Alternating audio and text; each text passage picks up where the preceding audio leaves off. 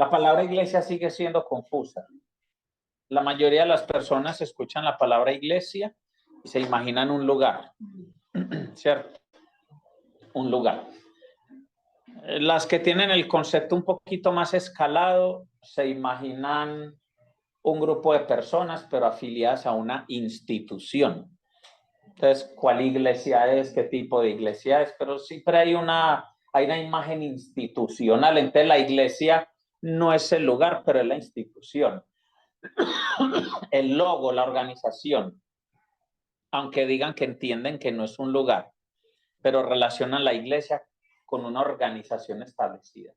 Pero cuando yo voy a la Biblia, tengo la experiencia de la que habla Francis Chan, un predicador norteamericano, que es descendiente de chinos, y él dice, imagínese que usted nunca ha estado en una iglesia, usted no sabe nada de religión, en su casa nunca han leído la Biblia, donde usted vivió nunca había una iglesia de nada, ni cristiana, ni católica, ni mormones, ni nada, no había ningún tipo de iglesia. Y usted llega y queda náufrago en una isla. Y en esa isla se encuentra una Biblia. Y empieza a leer la Biblia. Y empieza a leer sobre los primeros cristianos en el Nuevo Testamento. Trate de imaginar usted cómo se imaginaría la iglesia con lo que está en la Biblia. Porque usted no ha tenido ningún conocimiento previo de iglesia. Usted nunca ha visto una iglesia, nunca le han dicho la palabra iglesia. Pero usted en esa isla, mientras es náufrago, se encuentra la Biblia y empieza a leer sobre los primeros seguidores de Jesús, sobre las primeras comunidades. Por ahí empieza a ver la palabra iglesia y todavía como que no entiende de qué se trata. ¿Alguien de los que está conectado o de los que está aquí en la sala, más o menos qué cree? Que cómo se imaginaría la iglesia partiendo de esta situación hipotética que yo estoy planteando. ¿Cómo se la imaginaría? No, yo me los imagino pues, reunidos, por ejemplo, así como estamos aquí y compartiendo de lo que está escrito, analizando como juntos, o sea, vamos leyendo y ve que entendemos, qué es esto, y yendo a esa palabra, y pues de todas maneras sabemos que como la palabra tiene poder, ella misma reargulle, enseña, edifica, entonces pues esa palabra se va a ir manifestando de manera sobrenatural, llevando a que finalmente las personas hagan lo que está escrito. Así es. ¿Quién más quiere opinar? Bueno, yo me imagino es como, o sea, estás diciendo a partir de seguir a Jesús, o todavía no hay seguido. ¿Cómo la Biblia? No, por eso, pero la Biblia no. ¿Cómo describe la Biblia, cómo describe la iglesia? Pero usted se tiene que quitar de la mente todo lo que ha sabido de iglesia. Ahí, por ejemplo, en la Biblia. Por ejemplo, cuando están siguiendo a Jesús o a los apóstoles. Voy a volver a explicar la pregunta. Imagine que usted nunca ha estado en una iglesia. No sabe qué es la palabra religión. No sabe qué es iglesia. Nunca ha visto un templo. Y un día se encuentra una Biblia y la empieza a leer. Con lo que hay en la Biblia, ¿cómo empieza usted a imaginarse qué es la iglesia? Bueno,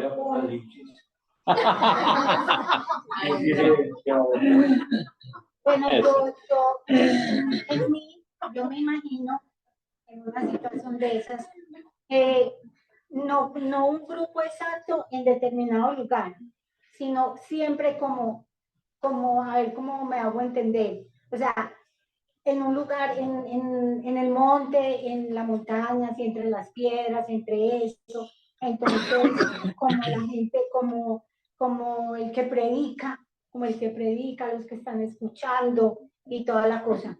Y no, pero no siempre como en un mismo lugar, o sea, como ahí en la Biblia están, las casas, pero no así las casas tan cerradas, tan de sala con sillas y eso.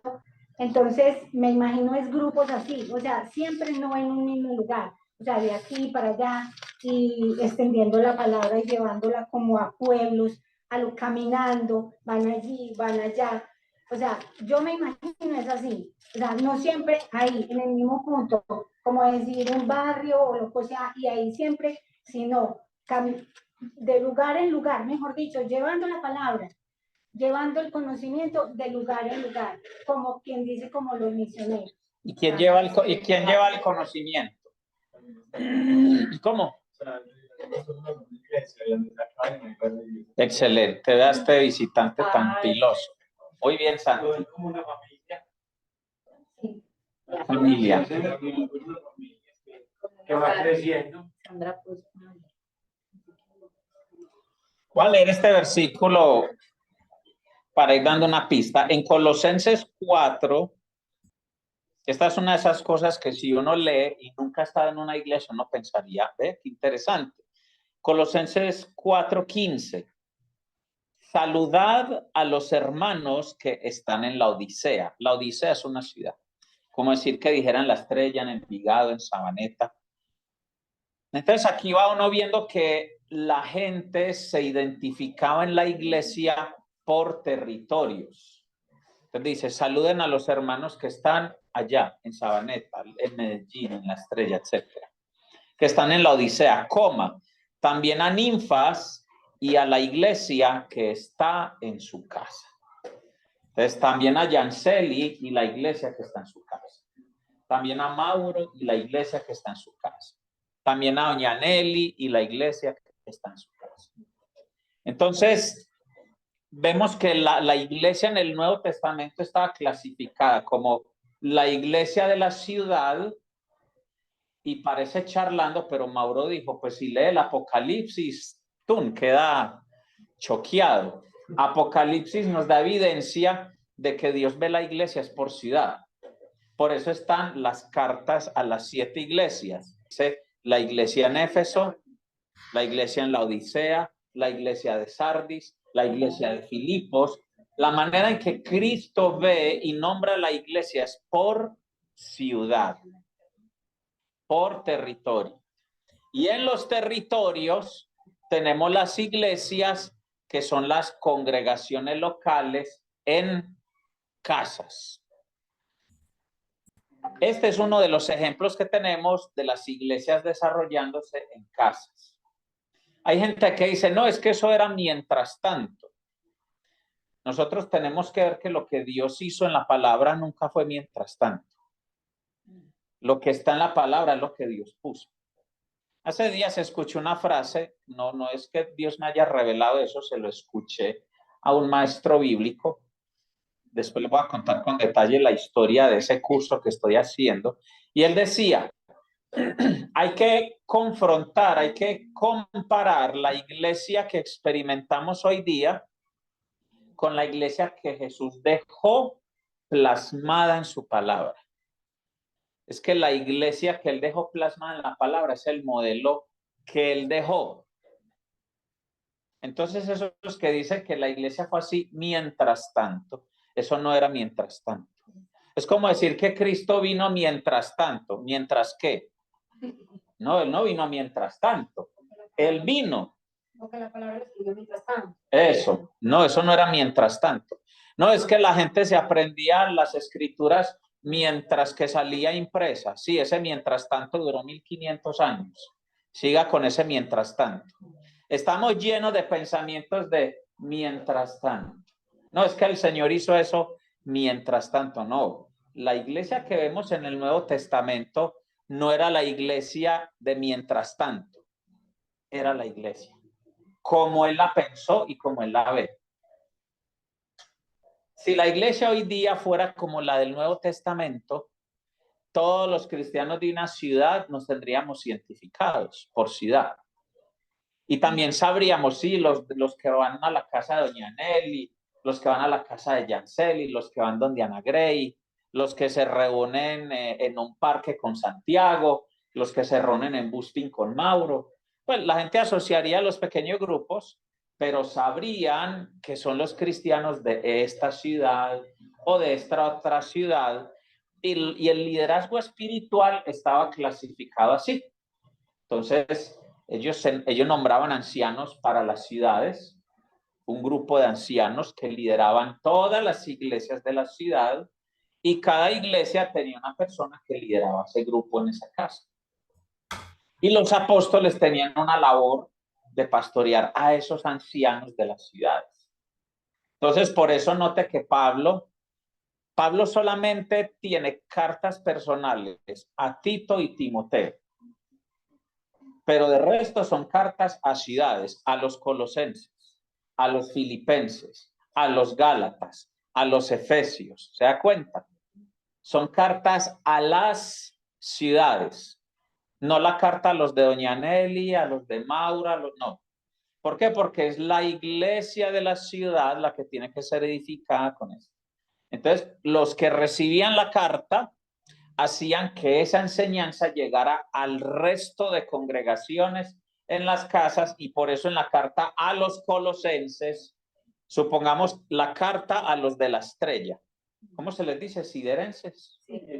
A ver, ahí terminan enses. Entonces, carta a los siderenses. Vamos a crear esa carta a los siderenses aquí en la estrella. Entonces, en esa carta diría, por ejemplo, saludar a los hermanos que están en Sabaneta, porque es saludar a los de otra ciudad, y a Doña Nelly y la iglesia que está en su casa. Entonces, ya en la carta a los siderenses, pues Pablo empieza como a mandar unos saludos específicos, pero la enseñanza es para todos. Así sería la iglesia que Cristo dejó. Pero como el ser humano siempre se quiere inventar algo mejor, por eso desde el Antiguo Testamento vemos a un Israel diciendo, queremos tener un rey como las demás naciones tienen un rey. Ellos no querían ser dirigidos a través de Dios y un profeta. Dios dijo, listo, yo les doy un rey. O sea, realmente sí, Dios no se enreda. Él dice, eso es lo que quieren. Yo los dejo, pero asuman ustedes lo bueno y lo feo también de eso que ustedes están haciendo. Está mal que hayan iglesias como hoy en día, no está mal, pero le falta. Y se lo voy a demostrar bíblicamente porque le falta, teniendo en cuenta el diseño de iglesia. No voy a buscar este versículo que les voy a mencionar, solo para recordarles que él dijo que seríamos conocidos por la manera en que nos amemos los unos a los otros. Yo he sido insistente con esa frase, los unos a los otros, los unos a los otros. Esa es una frase clave en el diseño de la iglesia como Cristo la dejó. Una iglesia donde el poder de Dios fluye de los unos a los otros. El amor fluyendo de los unos a los otros. Pero en el 99% de las congregaciones hoy día, todo el mundo está esperando lo que fluya del pastor a los otros. Ya. Del pastor a los otros. Del líder de alabanza a los otros. Del maestro de escuela dominical a los otros. Del líder de empresario a los otros. Pero la frase, el diseño de los unos a los otros es tan difícil y la gente no quiere. La gente no quiere. Yo el año pasado yo hice 2 prédicas sobre ese tema. Esa prédica se llama Su gloria en mi casa. Y miramos bíblicamente cómo la gloria al Señor se manifestó en lugares pequeños, en situaciones donde había pocas personas. Porque se nos dejó la mentalidad de que el poder de Dios está en los lugares grandes. No hay 100, ahí está el poder. Hay 1000 en ese auditorio, eso está poderoso. Y no puede estar poderoso aquí en esta sala con 8 personas. El Señor esta mañana me decía, yo nunca había pensado en eso, Él me decía, pregúntale a la iglesia, o sea que ya estoy haciendo la tarea que el Señor me dejó mientras meditaba. Me decía, pregúntales dónde se congregaba el profeta Daniel. Contéstenme dónde se congregaba el profeta Daniel. En su habitación.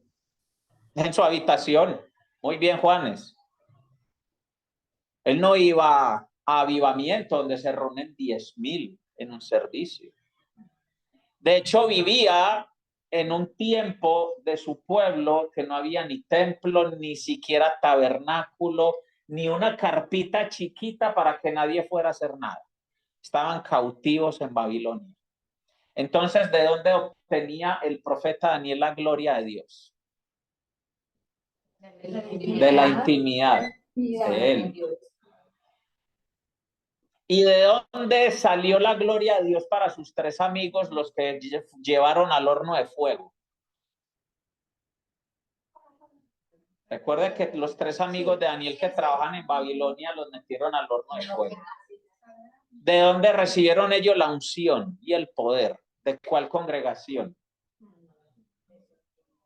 De ellos y entre ellos, porque ellos eran pupilos de Daniel. Básicamente, Daniel está mostrando que hacer discípulos es poderoso, porque la gloria que reposaba sobre Daniel se manifestó sobre ellos. Porque usted lee en Daniel capítulo 2 que cuando a Daniel se le pidió que interpretara el sueño del rey, la Biblia dice que Daniel se juntó con sus tres amigos y les dijo, tenemos que orar para que Dios nos responda y nos ayude en esta situación. Que Dios usó a Daniel, sí, pero Daniel no trabajó solo. Daniel le dijo a sus tres amigos, muchachos, oremos. Usted se imagina si en la iglesia de los siderenses, doña Nelly y la iglesia que está en su casa oran por un asunto que puede pasar. O la iglesia de los de Belén, los de Envigado, los de Bello, los de La Ceja, en fin. Y si ellos tienen una comunión estrecha, usted se imagina qué hace Dios con esa gente. Pues porque a mí me parece que lo que Dios hizo en Daniel y a través de Daniel no fue poca cosa. Y lo que Dios hizo en los tres amigos de Daniel y a través de ellos no fue poca cosa. Perdón, amor. Fue muy grande. Perdón, amor. Y oraban mañana, tarde y noche. Eso, además. Voy a conectar con lo que la Mona está diciendo. Porque en Hechos 2, quiero que analicemos este texto en Hechos 2, versículo 42 al 47. Y se dedicaban continuamente a las enseñanzas de los apóstoles, a la comunión, al partimiento del pan y a la oración. Voy a parar ahí. La lectura la vamos a hacer hasta el final, pero me voy a quedar ahí un momentico. Voy a aprovechar para contar un testimonio. Ya tenemos la página de internet rodando. Yo les había comentado sobre ese proceso, pero eso lo pausamos por muchas razones. Y ya la página ya está. Después les voy a decir para que la vean. Y hay una parte de la página donde está este versículo. El Señor me dijo, coloca este versículo ahí. Es un versículo que hemos leído muchas veces. Pero el Señor me mostró, este es el versículo que explica qué es una casa de comunión. Estamos hablando de los primeros cristianos en Hechos capítulo 2. Y ahora vamos a desglosarlo. A lo mejor hasta nos quedamos solo ahí. Dice, y se dedicaban continuamente. Si yo digo que una persona se dedica continuamente, ¿eso qué traduce? Que se dedica continuamente. Sí, compromiso, constancia. Sí, es básicamente su quehacer diario. Es su estilo de vida. Es como cuando uno dice, y Mauro se dedicaba constantemente a mantener boosting bien bonito. Mauro se dedica constantemente. Si no va una vez al mes. Él no va de vez en cuando, ¿cierto? No. Y doña Nelly se dedica constantemente a los perritos. Esos perritos salen 3 veces al día, comen 3 veces al día y a las matas. Se dedica, o sea, no hay un día que ella prescinda de eso a lo que se dedica continuamente. No hay un día. Y aquí empieza diciendo, y se dedicaban continuamente a las enseñanzas de los apóstoles. Pregunta para que cada uno reflexione. Usted se dedica constantemente a las enseñanzas de los apóstoles. Aquí no dice, les gustaba por ahí hablar del tema. No, se dedicaban constante. Es que con solo decir se dedicaban ya uno tiene. Pero el Señor es tan contundente que mandó poner la palabra continuamente, como quien dice, a mí no me digan que eso es a ratos. el pueblo de Dios tiene que ser ahí, dedicado, ahí, constantemente. Como los devocionales del Pastor Mao. Son continuos. Ese señor no para, él Es constante. constante, ¿cierto? Sigamos. ¿A qué más se dedicaban continuamente? A la comunión. ¿Qué es la comunión? Esta no es la primera comunión que hicimos los que éramos de la religión popular. La comunión. Esto es comunión. Pero comunión, eso. Ojo que aquí vamos a hablar de una cosa muy seria. Comunión no es una reunión cada 8 días que dura 2 horas. Yo le voy a decir que es comunión. Comunión es como cuando hace 2, 3 décadas mi mamá hablaba por teléfono casi diario con las 2, 3 amigas de siempre. Todavía. Y yo creo que la mamá de más de uno hacía lo mismo. Uno ya sabía con quién estaba hablando la mamá de uno. O con doña Chepa, o con... Ya sabía que iba a la historia. Eso. Oiga, y lo hacían por teléfono. No había WhatsApp, no había internet, no había videollamadas. Y mantenían la comunión. La mantenían. Y esta gente ni siquiera el teléfono de ruedita. Entonces, para ellos garantizar la conexión, se esforzaban por verse unos a otros constantemente. O sea, era todo el tiempo. Comunión es lo que hemos hecho nosotros cuando hemos tenido amigos en el barrio y que nos vemos todos los días. Y que nos asomamos por el balcón. ¡Hey, pilas! Ahorita entonces nos vemos en la cancha, listo. Casi todos los días. Eso es comunión. Pero a nosotros nos vendieron la idea de que comunión es ir a una reunión cada 8 días. En el mejor de los casos, una como esta, en la que nos vemos, nos tratamos, nos saludamos y no sabemos el nombre. En el caso más común, una reunión con un montón de gente, que es lo mismo ir así. Usted va y se sienta en su silla o a ir a teatro, ve la función, se acaba la función, usted se para de su silla y se va. Eso no es comunión, ¿cierto? Eso ahí no hay que... Coma, al partimiento del pan y la oración, esa va unida. Ahí no le ponen coma al pan, coma, no. Al partimiento del pan y la oración. Entonces, si ellos se dedicaban, y mire las 3 primeras que hablan, enseñanzas, comunión, el partimiento del pan y la oración. Sabemos que donde se partía el pan había compañerismo, fraternidad, compartir. El tema de la Santa Cena lo cumplían con frecuencia. Hay iglesias que toman la Santa Cena cada mes. Y conozco denominaciones que solo lo hacen cada año. Y lo anuncian así, con pólvora y todo. El día de la Santa Cena. Y la iglesia primitiva lo hacía continuamente. Y termina con oración. O sea que esta gente todo el tiempo, no cuando el pastor dijera, entre ellos porque tenían comunión, se dedicaban a orar. Usted no va a ver aquí nada más. Cuando estuve en la capacitación en Montería, el pastor Víctor Chong, que es el director continental de CMC, él nos confrontaba y nos decía, ahora la iglesia, para mantener a la gente entretenida y que vayan cada 8 días, se inventan la película de no sé qué, la danza de no sé qué, la celebración de no sé qué, el grupo de no sé qué. Porque si los pastores no hacen esas cosas, la gente no va, ¿cierto?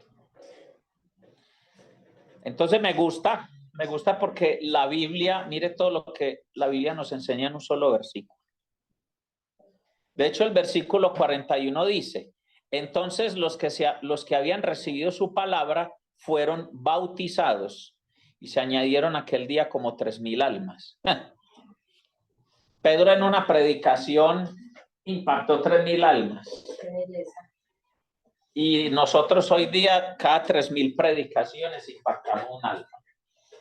La relación es inversa. El combo, las dos, agua y tinto. Gracias, Salo.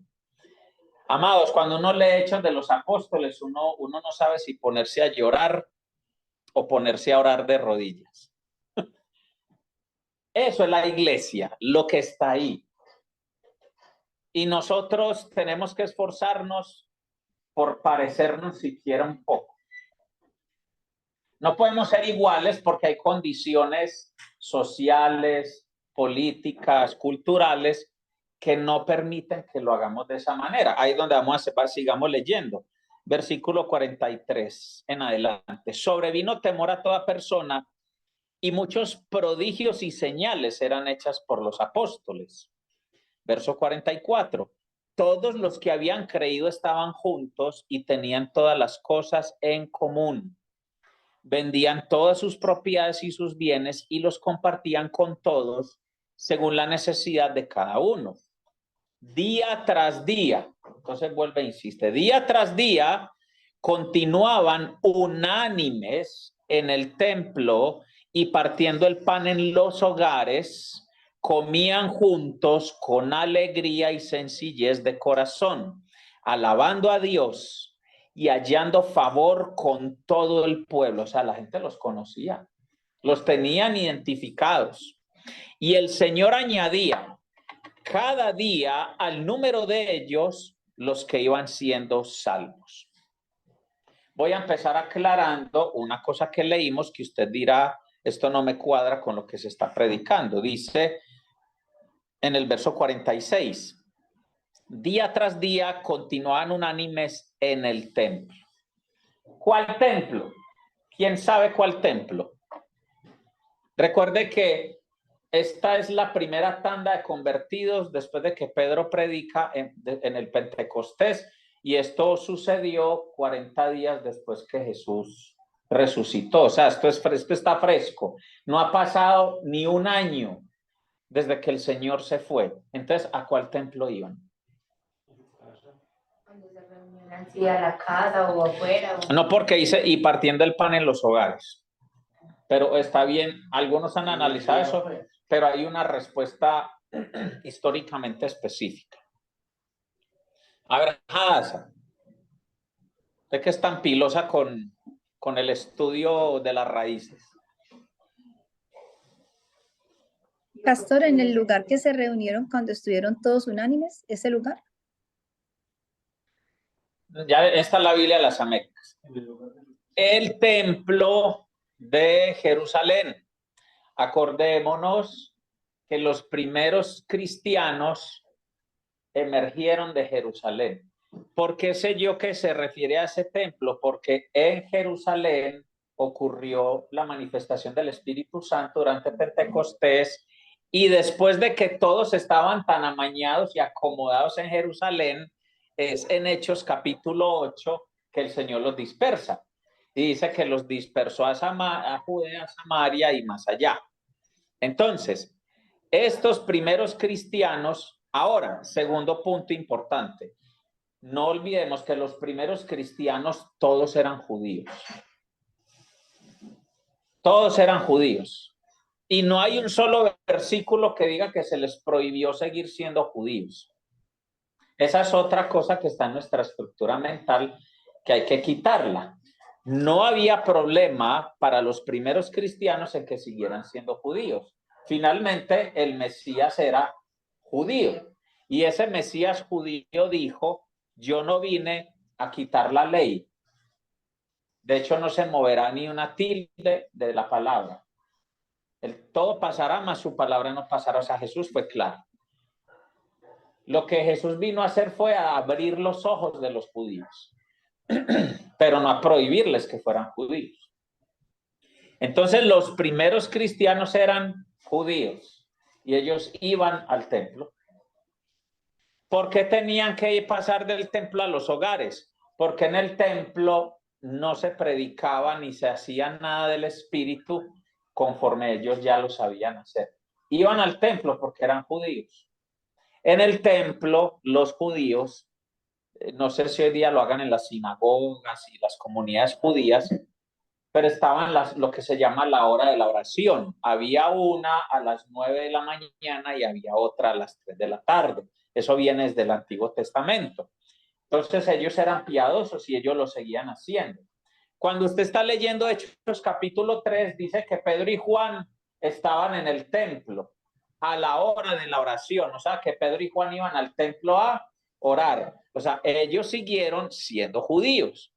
Entonces no se le haga raro cuando en Hechos de los Apóstoles usted lea la palabra templo, sobre todo en los primeros capítulos. Usted después no va a leer nada diciendo que ellos iban al templo. Porque cuando empiezan a evangelizar gentiles, los gentiles no iban al templo de Jerusalén y los que iban a algún templo eran templos paganos. Entonces los gentiles son los que empiezan a fortalecer la iglesia en casa.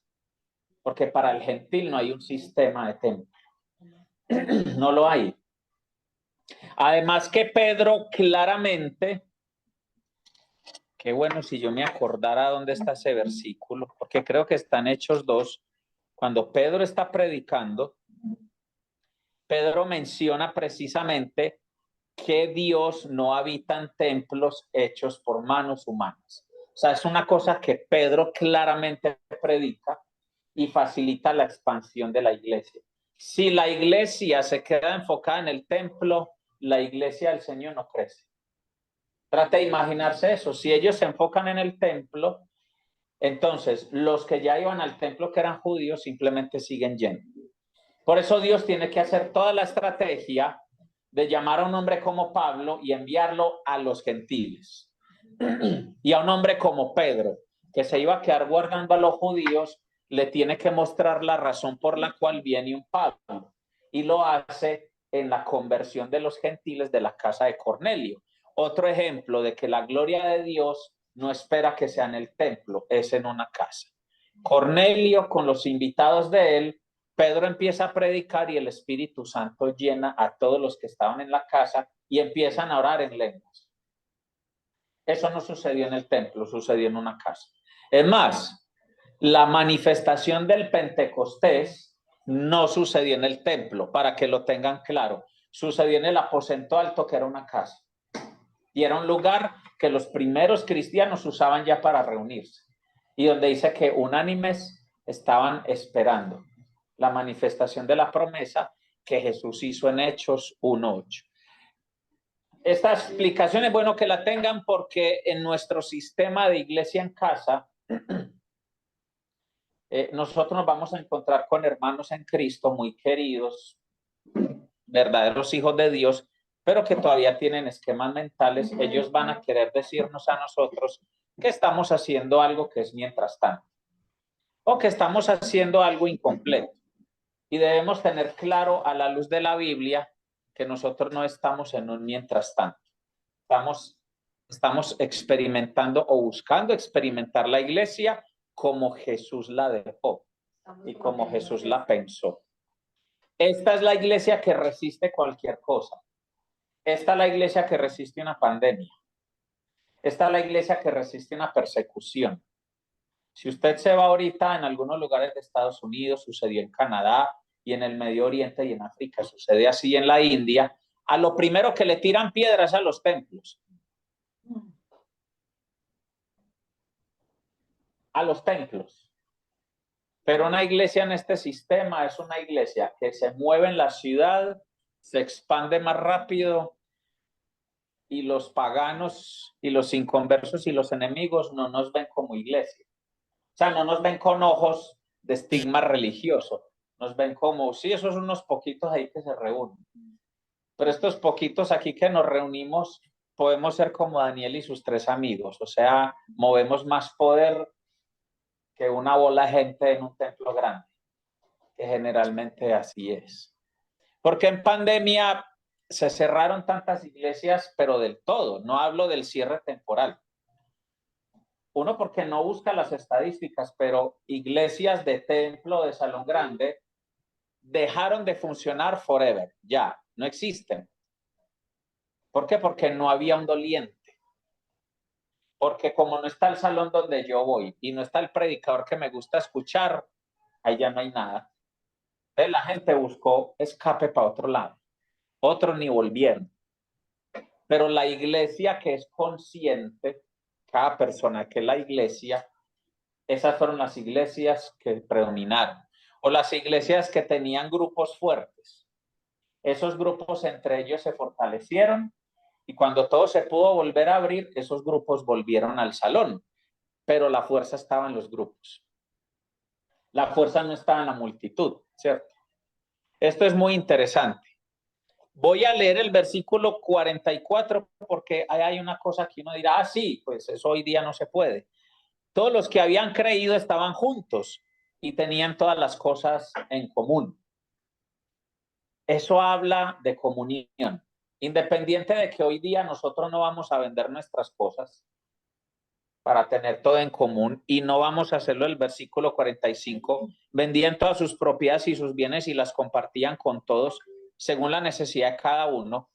Esto se refiere a que a mí me importan ustedes y yo le importo a ustedes. A Vero le importamos todos y a todos nos importa Vero.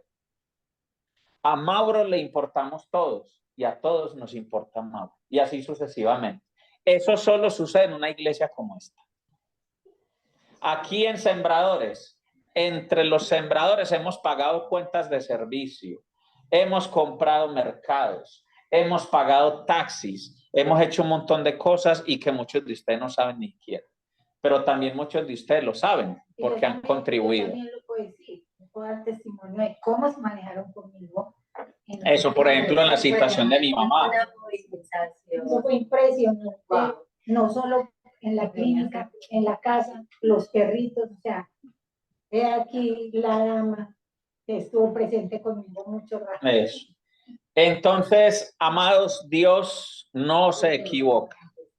Dios no se equivoca. Y aquí podríamos quedarnos analizando y analizando, ¿cierto? Entonces, ahí es donde uno llega al último versículo y dice, alabando a Dios, o sea, son gente que tiene el tema de alabar a Dios aquí. Hey, vamos a alabar al Señor, vamos a orar juntos, estudiemos la palabra, ¿sí? O sea, esto no se trata de ir cada 8 días a ver quién está en la plataforma dándome algo a mí espiritualmente. Esto se trata de los unos a los otros. ¿Para qué existimos los que lideramos las congregaciones? Lo dice Efesios 4:11. Existimos para equipar a los santos para la obra del ministerio. Más claro no puede ser. Nosotros los equipamos a ustedes para que hagamos iglesia los unos con los otros, para que nos ministremos los unos a los otros, para que nos apoyemos los unos a los otros. Ese es el trabajo de los ministros. Nosotros también nos hemos equivocado cargándonos con cosas que no nos corresponden. Por la razón que sea, algunos es porque no confían en la gente que tienen alrededor. Otros es porque son muy paternalistas y no quieren poner a la gente a moverse con esas cosas.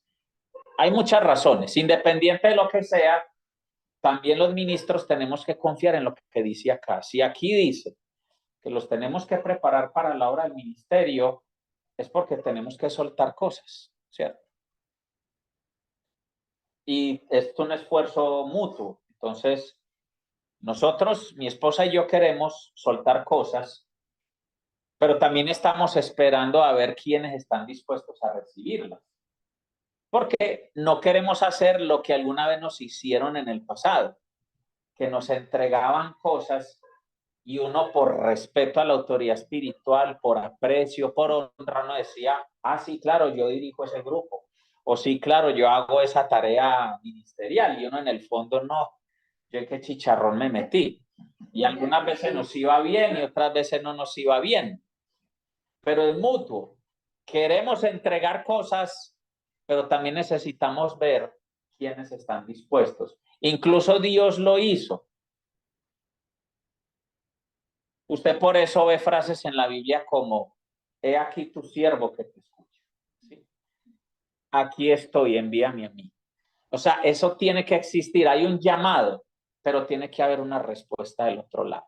Y si el Dios de los cielos espera que alguien le responda, ¿cuánto más no lo tenemos que hacer nosotros los seres humanos? No podemos imponer.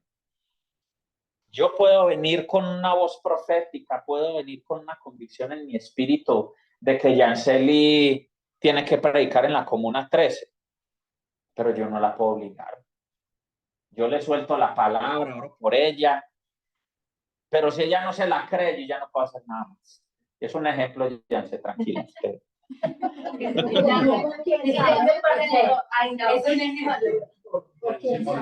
¿O será que el Espíritu?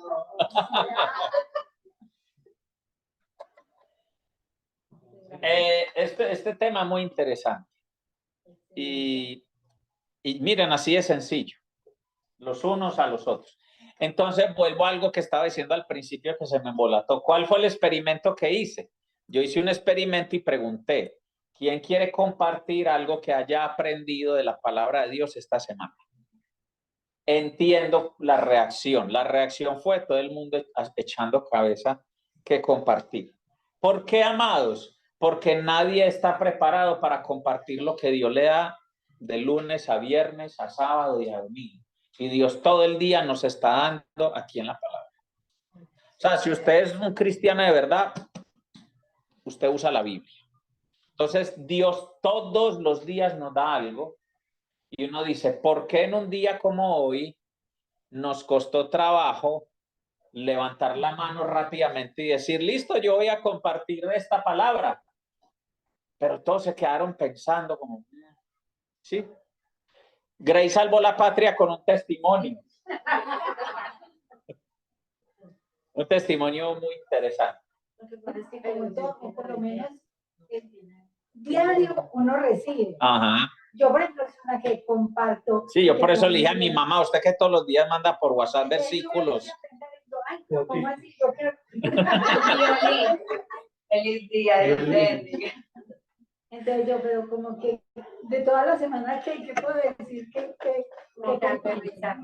claro que sí hubo pues algo que me llamó mucho, pero no me acuerdo qué día fue. Puedo leer el... Sí, pues claro, estamos a tiempo. Cerremos con la palabra. No, es que la tengo que buscar aquí. Por ejemplo, mire esta situación que estamos acá. Bíblicamente esto es lo que se supone que sea la iglesia. Que yo estoy hablando y me río y usted se ríe y pregunta, comparte.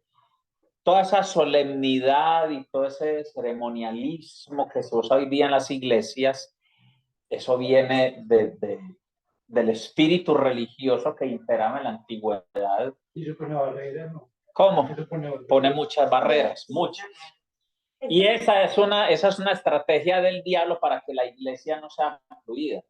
Sí, porque es que, perdón, ma, eso me lleva a mí a pensar, a ver, nosotros le decimos a las personas, porque es lo que conocemos de la palabra, que el Señor quiere intimidad con nosotros. En Apocalipsis 3:20 dice, he aquí yo estoy a la puerta y llamo, si alguno oye mi voz y abre, yo entraré en él, cenaré con él y él conmigo. Ahí hay comunión, ahí hay cercanía. Entonces, ahí hay relación. Yo como listo eso, pero después voy y es ese protocolo, ese es todo. Ahí se ve un Dios totalmente lejano e imponente, sí. Y usted está por allá chiquitico y yo estoy por acá grande. Ahí no hay ese tú a tú que el Señor quiere con nosotros, no en poder, porque Él es el alfa y el omega, sí, el principio y el fin. Pero que aún a pesar de esa, y es algo que ahí está Salomé de testigo, yo le he dicho mucho a ellas desde pequeñas, usted va a un concierto de uno de los personajes que les gusta, y ese actor, ese cantante o lo que sea, no tiene ni idea quién es usted, y por más que usted quiera ir, no. Hubo tres en el horno de fuego en Babilonia y el que se presentó era el Señor. Recuerden que eso hemos hecho el análisis teológico. El que se presentó y estuvo con ellos en el horno fue el Hijo de Dios. O sea que donde 2 y 3 y estén ardiendo, no importa qué tan dura esté la candela, Él va a estar ahí. Amén. Amén. Ay. Bueno, ahora amor, no viste porque estaba en el celular, pero Juanes había levantado la mano con la pregunta que hiciste de cómo creíamos que funcionaba la iglesia. Juanes, con lo que comentó el pastor, ¿te queda ¿Está alineado con lo que estabas pensando o qué adicional quieres compartirnos? No, pues ya me quedó claro en base a todo lo que el Espíritu Santo dijo a través del pastor. Es estar en comunidad, en común unidad, Ah, todos sí. unánimes, en el mismo sentir. Ah, bueno. ¿Y qué habías pensado? ¿Qué habías pensado compartir? No, eso mismo, lo de estar en comunidad. Ah, bueno, estabas muy alineado, muy bien. Amados, y otra cosa que quisiera también agregar, y es que recuerden que hay dos palabras clave, coronas y asignación o propósito. Hay un tema claro y es que todos vamos a presentar las coronas delante del rey. Y la pregunta es, ¿qué coronas vamos a presentar? Si esperamos es que los pastores o los profetas o sean los que o los apóstoles sean los que lo presenten. Todos tenemos asignaciones y tenemos comisionamientos. Y por eso en estos días que tuvimos una reunión de Casas Lámpara, mencionábamos que este mes hay una atmósfera muy importante, muy especial y habla de precisamente esas asignaciones, o sea, del poder activar ese servicio y poder activar ese sacerdocio. Y es que es alinearnos y ponernos ya en la brecha, levantarnos y hacer lo que el Señor nos mandó a hacer. Entonces, el reto es ese, es cómo vamos a servir y cuál es ese equipamiento que cada uno necesita de acuerdo a lo que ha recibido el Señor. ¿Para qué? Para que no sea solamente esperar la reunión del sábado, ¿cierto? Sino es cómo voy a expandir el reino de los cielos a través de la casa, a través del lugar en donde estoy.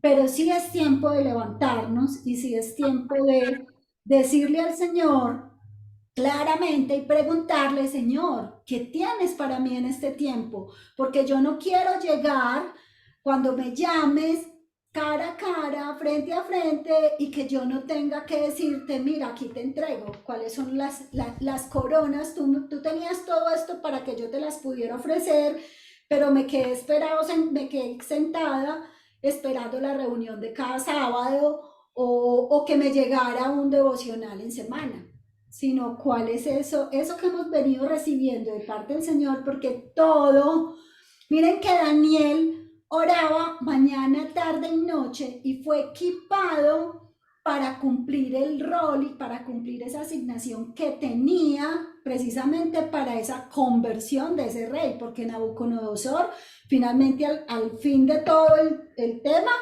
se convirtió y creyó en ese Dios y fueron salvados, pues. Entonces, que nos quede también eso claro, porque el entendimiento de cuál es la iglesia que el Señor nos está llamando en estos tiempos, de que nosotros realmente valoremos lo que tenemos, pero que nos levantemos y resplandezcamos, como dice su palabra en Isaías. Y es, heme aquí, Señor, envíame a mí, ¿qué es lo que tengo que hacer de acuerdo a ese diseño y ese propósito que tienes para mi vida? Eso quería compartirles. Amén. Bueno, entonces, siguiendo en esa línea,